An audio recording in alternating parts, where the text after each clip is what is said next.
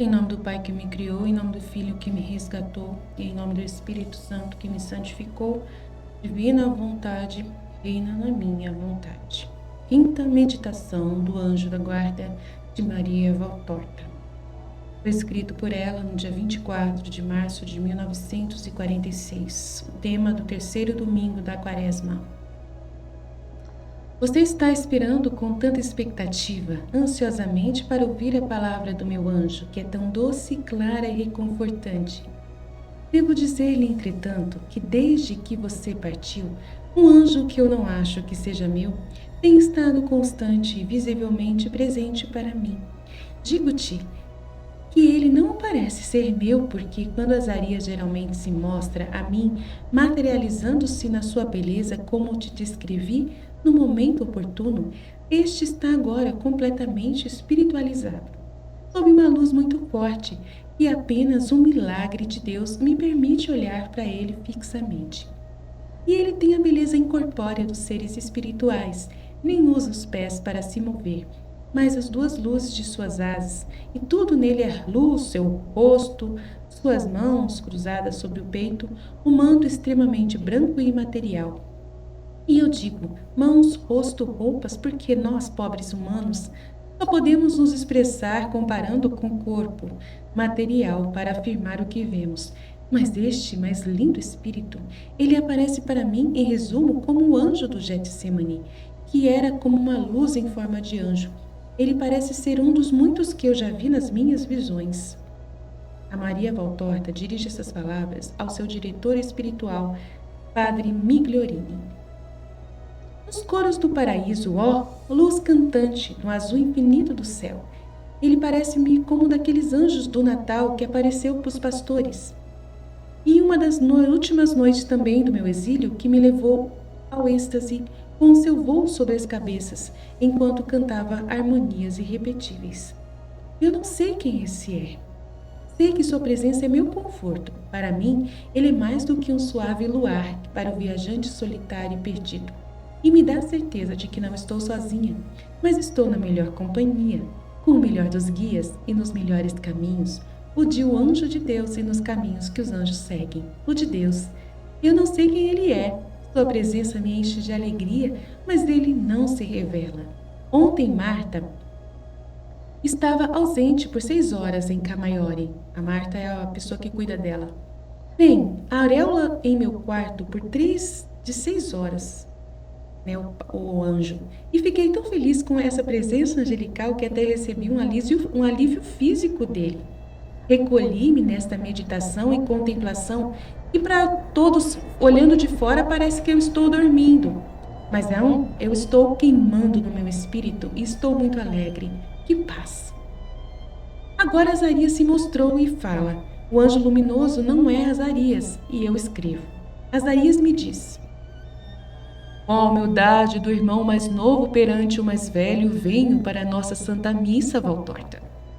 E o anjo das 70 semanas, o consolador do Getsemane, é o bendito arcanjo Gabriel, a quem o Eterno lhe concede agora como amigo para consolá-la, pois ele é o arcanjo da alegria, das alegrias celestiais. Aumentará seu poder de compreensão com sua luz. Ele, portanto, parece a você para lhe dar uma ligeira ideia da sua realidade lá no céu, para os sentidos do espírito purificado, levado cada vez mais pela prova final. Uma nova capacidade de ver vai ser dada a você. Acredite, alma minha, que quanto mais a criatura se torna obediente e caridosa, mais o espírito evolui para o que será sua vida lá no paraíso enquanto aguarda a ressurreição dos corpos. A monotonia e as limitações de toda obediência imediata e perfeita caem, e a balança ainda restringindo as faculdades espirituais em sua queda, como se consumido pela chama do amor, pois obediência é amor, e com grande alegria a alma se aproxima do conhecimento da vida do céu, do que está acima, adoração, bem-aventurança, paz, exultação de luz. Observe, alma minha, se mesmo interiormente você tinha feito um movimento belicoso, realizado um ato mínimo de desobediência, feito um compromisso, simplesmente um compromisso daqueles pobres compromissos que até os melhores cristãos estão muitas vezes acostumados às limitações do seu poder de visão de criatura. Em vez de se tornar menos pesado, teria se tornado mais pesado e mais denso. Como nuvens que se acumulam, eles o teriam levado para longe como um veículo que leva alguém a outro lugar. Você percebeu hoje, esses dias, a armadilha em que o inimigo queria que você caísse, para despertar em você uma repulsa do céu, com reflexões enganosas que ele queria fazer você desobedecer à ordem recebida para listar os livros que você tem feito, escrito com sinceridade. Não há nada a ser criticado, Valtorta, nos seus livros, nos escritos, ou de tal natureza que pode ser da origem falsa, e falar entre aqueles que não acreditam no sobrenatural que você é ajudada culturalmente em seu trabalho. Isso, no entanto, é o que realmente significa. Mas o demônio queria te assustar, falando isso ou aquilo e te levar para deixar fora intencionalmente algum livro ou outro importante para Deus. Esquecer não é pecado quando é um real lapso da mente, mas querer esquecer de listar um livro importante e deixar de cumprir obediência, como se acredita ser humanamente útil fazê-lo, é para a esquerda, é para restrições mentais e reservas, medos, a dizer, por exemplo, eu disse que não tinha outros livros porque no momento não tenho nenhum em casa. Esse é um dos subterfúgios de muitos frequentemente usados entre os cristãos, como por exemplo por dizer eu não tenho mais ele, não o vi mais, apenas porque não se vê naquele momento. Isso não são coisas boas, são mentiras. Nunca se deve mentir, nem em nuances. A verdade não é nunca algo borrado, vago como uma pequena nuvem do céu, mas sim um bloco sólido, quadrado de diamante, luminoso, transparente, muito bonito, mas duro, inatacável por ventos, chuvas e dedos.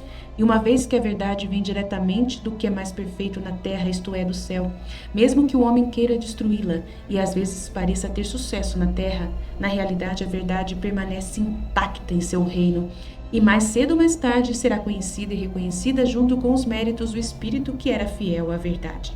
A verdade, Valtorta, é tão diamantina que, em vez de ser arranhada, arranha e quebra até as almas vítreas dos infelizes que não querem reconhecê-la, que não querem aceitá-la, ou queiram ou não. Ela escreve suas palavras, e estas são uma condenação para os mortos, surdos e cegos espiritualmente, os indiferentes e os mornos a quem Deus rejeita e vomita para longe de si. Escreve sempre a verdade como sendo a mais pura verdade, mesmo se for negado por alguém. Na janela pobre enegrecida pela fumaça empoeirada dos painéis cobertos de teias de aranhas inúteis, desses que se consideram melhores do que diamantes porque estão inseridos em uma moldura ornamentada de nomes e cargos. Observe, alma minha. Se você tivesse aceitado uma restrição mental como essa, dessa de Satanás que te propôs, e se você tivesse omitido este livro, porque poderia ofender os padres, o livro do avô que poderia ofender os padres, então ela não queria listar um livro que o avô tinha dado para ela, que ela leu, que poderia ofender os padres. Então não pode, ela tem que escrever todos. Não foi livro que ela escreveu, foi outro. E este outro, que era da sua mãe, que está no index, né, entre os proibidos do ofício na época, né? Que agora não tem mais livros proibidos do ofício. Naquela época tinha. Aquele outro, porque fala de Deus de forma tão mínima que certamente não pode explicar o que você colocou no papel. E tudo isso para parecer sagrado, mesmo nos livros que você mantém como lembranças, tá vendo? Ela não podia esquecer. Listar tudo que ela tem, né? O material que ela tem, que ela já leu. Como você mantém os retratos de família que você não pode contemplar, doente como está, mas que faria com que você sofresse destruir, porque eles são o rosto de seu pai, de sua mãe, de seus avós. Você teria mentido, Valtorta, e agora você não mereceria esta paz que você desfruta e não veria o glorioso Gabriel. Tá vendo? Se ela tivesse mentido, ela não veria o glorioso Gabriel. Você mereceu mais por esta obediência perfeita do que o superficial ato de rezar mais do que 1000 orações vocais. Tá vendo? A obediência é mais importante e a verdade é mais importante do que rezar mais de 1000 orações vocais. Isso é para te dizer o valor da obediência, que não se degrada com concessões. Seja sempre heróica assim, e a paz e a luz sempre aumentarão em você. E agora meditemos sobre a nossa Santa Missa. O introito realmente não parece ter sido escrito para você, vozinha, mas verdadeiramente, ao descrever sua situação atual, a armadilha que foi posta aos seus pés. Também é verdadeiro ao descrever o seu estado espiritual. Meus olhos estão sempre voltados para o Senhor. Sim, é isso, sempre assim. A maldade e a incredulidade dos homens a quem deves, no entanto, perdoar sempre com as palavras iguais às de nosso Santíssimo Senhor Jesus. Pai, perdoa-lhes, pois eles não sabem o que estão fazendo. Pode armar armadilhas para você, mas onde? A seus pés. Somente na parte mais baixa, mais material, no meio da imundície dos caminhos do mundo, pois você ainda está no mundo. Como o Santíssimo Senhor Jesus também esteve durante seus 33 anos como Deus homem na Palestina. Mas eles não podem armar armadilhas para o seu espírito. Sua visão contemplativa, seu amor, que quanto mais você percebe que tudo é vaidade e transitoriedade aqui embaixo, resplandece e se concentra cada vez mais no Altíssimo e Santo Senhor Trino. E assim é que tu, como uma armadilha aos teus pés, mas com teu espírito livre, te estabeleces no Senhor. Vira-te para mim, clama, e ele se volta para ti, a ponto que te dá a si mesmo. Eu sou o pobre sozinho, e você chora, não? Você está com seus anjos e com ele, aleluia! A minha alma está com o Senhor. Pode haver alegria maior para um anjo da guarda? Você não está sozinha. Você tem amizades infinitas do céu. Você não é pobre, você possui uma riqueza que não pode ser roubada por ninguém, não tema. A sua confiança no Santíssimo Pai não ficará desiludida. E aqui, para dar graças a Deus, pelo seu Santo Arcanjo, entraleçaremos a Santa Missa no terceiro domingo da Quaresma com a luminosa Missa de São Gabriel. Contemplemos juntos, não, a virtude dos anjos. O que é que eles os torna grandes? A beleza deles? O destino do céu? A origem do céu? Não. É a prontidão na obediência à ordem dada da vontade divina, das palavras de Deus. Ao lampejo já do santíssimo pensamento por um flash da luz beatífica, já é o som que percebemos, não de fato voz material de uma úvula. E nossa luz se acende com alegria ao aceitar aquele flash das ordens de Deus e aumenta mais ao cumprir as suas ordens e o seu comando. Você sabe, se não obedecêssemos, nossa luz se apagaria, nossa beleza acabaria, nosso destino mudaria e a origem se tornaria uma condenação, que um foi para Lúcifer e seus rebeldes. Nós, anjos do Senhor, não podemos nos orgulhar de nada, nem da nossa beleza, nem do destino que nós temos, nem da origem, pois tudo nos vem do Deus Santo. Mas por causa das criaturas do Criador, que são homens, podemos sim nos orgulhar através do serviço obediente ao Senhor. O primogênito dos homens alcançou a perfeição absoluta justamente por ser obediente até a morte para fazer a vontade do Pai. E teríamos, nós, se espirituais como somos, não devêssemos exercer como eles virtudes, caridade, humildade, obediência e verdade? Visto que não podemos experimentar a luxúria carnal e nem devemos ter fé e esperança, nós que já vemos a santíssima beatitude e realidade de Deus. E superiores aos homens, porque não somos oprimidos pelo corpo, matéria. Não temos necessidade de ser temperantes e fortes, apenas prudentes, porque a própria contemplação de Deus nos torna assim. Oh, Deus nos invade. Que bom é o Senhor, que se deixa contemplar e assim se infunde em nossos espíritos. Mas Ele nos fornece uma maneira de oferecer-lhes honra, com caridade, humildade, obediência e verdade. Abençoemos o Senhor, abençoemos nós, anjos, e você, alma, o Senhor com todos nós. Você, alma minha, roga ao Santo Arcanjo Gabriel por proteção perpétua. Ame-o muito, pois ele é o anjo de anúncios felizes e confortos sublimes. Repetimos as palavras da leitura. Veja, Gabriel, voando rapidamente, me tocou no templo do sacrifício da noite. Ele me instruiu, falou comigo e disse: agora vim para te ensinar, para te fazer compreender. Nada mais é necessário por enquanto. Ele me tocou no templo do sacrifício noturno, foi quando Daniel foi tocado, na hora do sacrifício no templo à noite. Sua noite está aproximando, Valtorta, mas antes que venha e anteceda ao amanhecer, pois a noite não é o fim, mas é o pré-anúncio do dia seguinte, na perfeita continuidade dos elementos criados, que obedecem a Deus antes que aos homens. Você será instruída pelo arcanjo. E por que essa honra? porque estás no templo criado pela caridade mútua entre ti e Deus, e na hora do teu sacrifício final, o mais doce, aquele que obtém a destituição de Satanás nas horas da noite. Após a tenebrosa tentação, nosso Santo Senhor Jesus foi consolado por Gabriel, e Satanás não o perturbou mais. Os homens assim permaneceram para o torturar até a cruz, o divino moribundo. Mas o que são os homens em comparação com Satanás?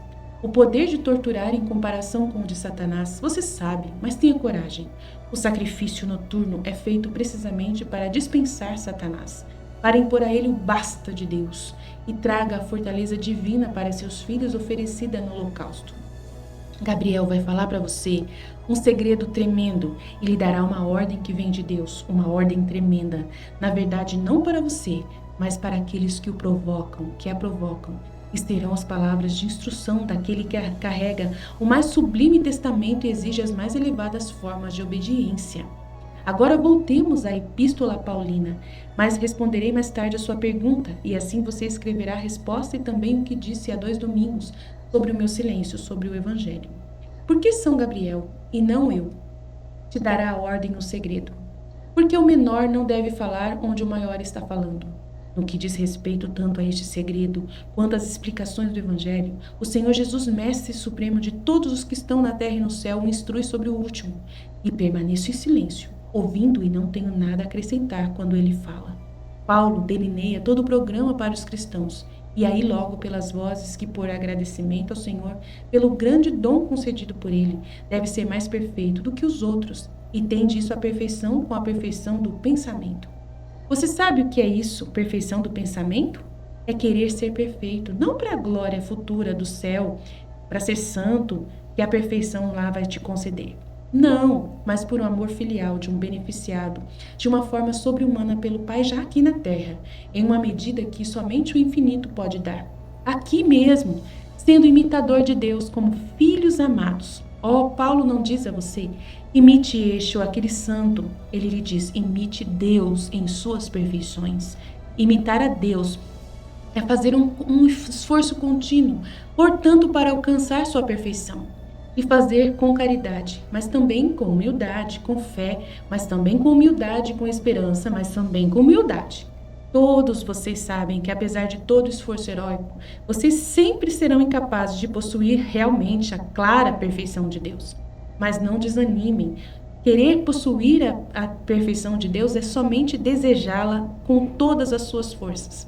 O Santíssimo Pai sabe que Ele é perfeito e que a criatura não pode ser como Ele. E para confortá-la, para justificar sua medida relativa, proclamando-a com justiça ser perfeito para a criatura, ele estabeleceu um limite para esta medida, a sua. Ele disse que com todo o seu ser, com todo o seu coração, com toda a sua alma, com todas as suas forças, o seu desejo, declara um comando imutável até o fim dos tempos. E herético e maldito é aquele que o muda ou altera ou substitui por um comando humano, por outras formas de adoração de ideias que não são de Deus, mas são uma mistura de fumaça infernal e veneno desagradável, com a fumaça e o veneno de uma criatura perversa. Quando alguém ama de todo o coração, alma e força, tem para si mesmo amor perfeito. Portanto, imitou a Deus, que é perfeito no bem. O segundo preceito de Paulo, viva no amor, como Cristo nos amou e se entregou a Deus por nós, em um holocausto como uma hóstia que cheira doces. Amor perfeito é o amor de Jesus Cristo, Filho de Deus e nosso Senhor. É o amor que se doa e chega ao sacrifício. Amor ao próximo que chega a se morrer, a se imolar pelo próximo. Amor a Deus a ponto de se tornar o imolado no altar da reparação. Outro preceito, que eles não apenas não estejam em vocês, mas nem mesmo sejam mencionados em vocês. Entre vocês não devem acontecer. Só ter dons, perfeições e ensinamentos de Deus. Nunca fornicações, impurezas de qualquer tipo e avareza. Vocês não são mais homens, sim porta-vozes de Deus. E a porta-voz de Deus não se abate, é um som. Não se deve abater pela sua humanidade. Não pervertam o seu destino como porta-vozes com obscenidades, discursos tolos e bufonaria. Lembre-se que o gesto simbólico dos lábios purificados pelo fogo tirado do altar não se limitou ao profeta.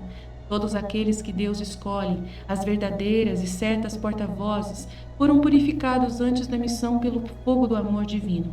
As palmas das mãos dos sacerdotes são sagradas por causa da ordenação recebida, e essas mãos não devem tocar em nada impuro, nem fazer gestos impuros, pois devem tocar o Santíssimo Corpo de Nosso Senhor. Mas os lábios que a palavra divina consagrou, que por sua ordem repetiram essa palavra, devem manter-se santificados, com respeito supremo por conta do que o procedeu com eles. E a mente também, o coração também.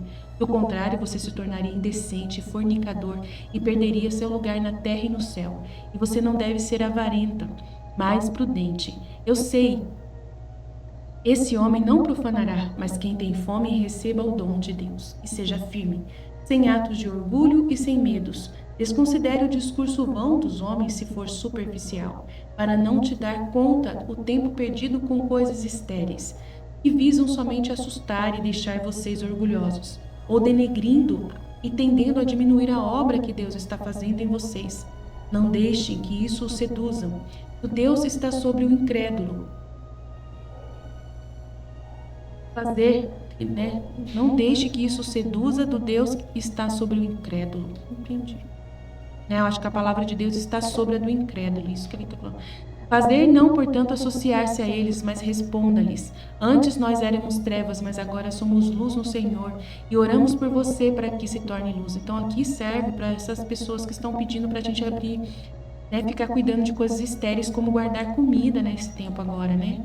E não é a vontade de Deus isso. Isso visa assustar e deixar a gente orgulhoso, achando que a gente está protegido, enquanto outros não, e que a gente é melhor do que os outros porque fazemos, né? Mas não mais que isso não, Maria.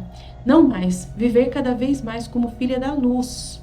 Porque o seu fruto é tudo que é bom, justo e verdadeiro. Nem pode acontecer. Você pode dizer isso aos incrédulos e a esses racionalistas. E Beelzebu deve servir a Deus, fornecendo a eles palavras sagradas para a conversão de corações. E ainda assim me é sugerido que por Beelzebu quem está ditando. Então está falando que o demônio também está falando sobre conversão dos corações. Deve ser essas mensagens que trazem medo, né? Está vindo por aí. Voa para casa, para o ninho, ó rola de Deus, e fica no seu amor. E aí escuta, pois precisas dessa defesa para ouvir o que o arcanjo te diz, o segredo, e possuir a tua paz nesse amor. E Azarias se ajoelha para ouvir o Gabriel, e intensificando a sua luz, saúda-me com as palavras Ave Maria. Ninguém menos que Ave Maria. Então ele dirige um tremendo ó para mim.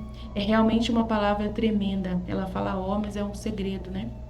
E me dá uma ordem. Eu sei condenar em seu raciocínio, mas devo levá-lo comigo para o túmulo. O segredo ela tem que levar para o túmulo. Ela não pode falar. Mas é muito mais tremendo, diz o arcanjo, do que o segredo de Fátima. Nossa, que segredo será esse? E não deve ser revelado, pois os homens, mesmo aqueles por quem foi proferido, referente a eles, não merecem saber.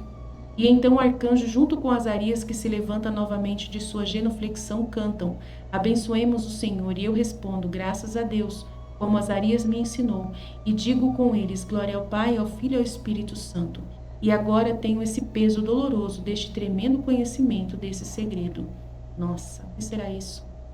Estivemos reunidos, continuaremos sempre no amor e na misericórdia desse Deus Todo-Poderoso, Pai, Filho e Espírito Santo. Amém. Jesus, eu confio em vós, Fiat, Filho.